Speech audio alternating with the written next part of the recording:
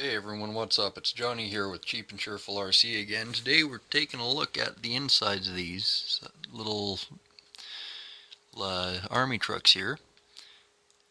And so what my plan is I'm actually going to use my Russian Gaz as the donor truck, and I'm just going to put the body onto my other M35 here. But so we can see, so we've got this little ESC receiver all-in-one kind of little deal here. So as I get build up more and get a proper steering servo and steering servos in these, that's going to have to be changed out for a separate receiver and ESC. This little, what our steering is here is basically an electric motor with a little slipper clutch in it. But so I've got the back off of the sand colored one as well here, because we're going to be making this one, extending the frame and making this one a 6x6. Okay, so what I've done here is I've taken the back bumper mount, I've shaved the tail lights and the tow hook off of it, and bolted one of the leaf mounts to it, and so I'm gonna line the other one up to make a reference point so I can drill her out with my fancy new drill press here.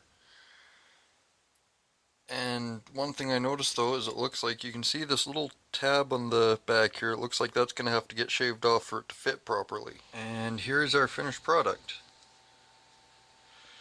So this will mount right in here like so,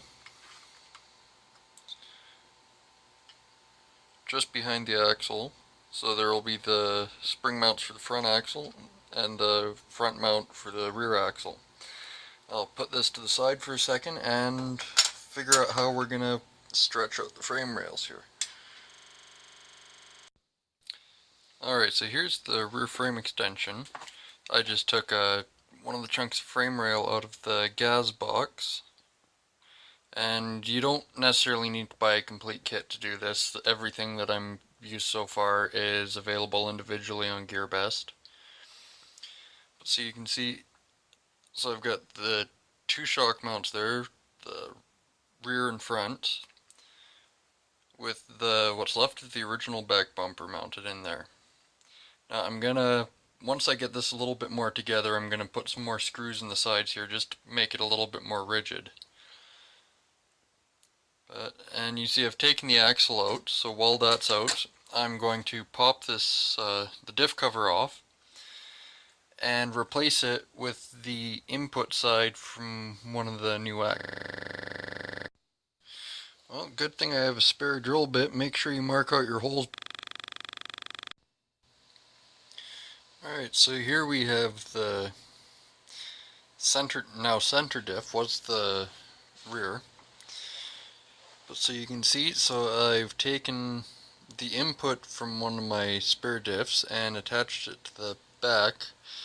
Now it wasn't quite as straightforward as I thought it was going to be. I had to do a bit of trimming to get the holes flush enough for the screws to fit. And there were 4 little pegs on the back, and because this is kind of going on the wrong side of the diff, I had to file those down. You gotta, after all that, you gotta make sure you get it really clean inside your diff again.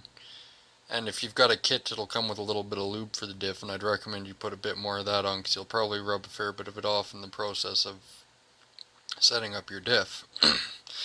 Now, one thing I'm going to do is I'm probably going to pull this back apart and pop this tail shaft off and swap it out for the female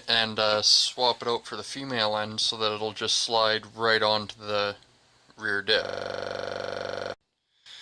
Okay, so what I actually managed to do was just pop the U-joint apart and steal the female end off of my spare transfer case here.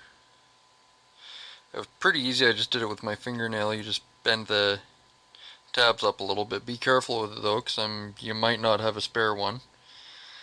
So now we can go ahead and put this axle up in the truck and start building the...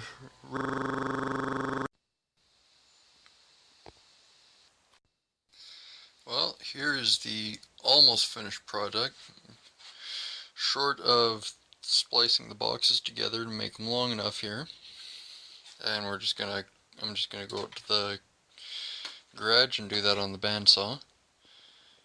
6-wheel drive. Run into one small problem though. Almost needed to put this axle farther back, but this is the distance I wanted for the scale. So I'll have to figure out something for this drive. Okay, so I believe I have fixed the drive shaft issue. I just shortened them down a good bit. I'm gonna probably put a bead of modeling glue around that just to hold them in place. Fortunately, I couldn't actually find any around my basement here, but so now it's just on to splicing the boxes together and figuring out like.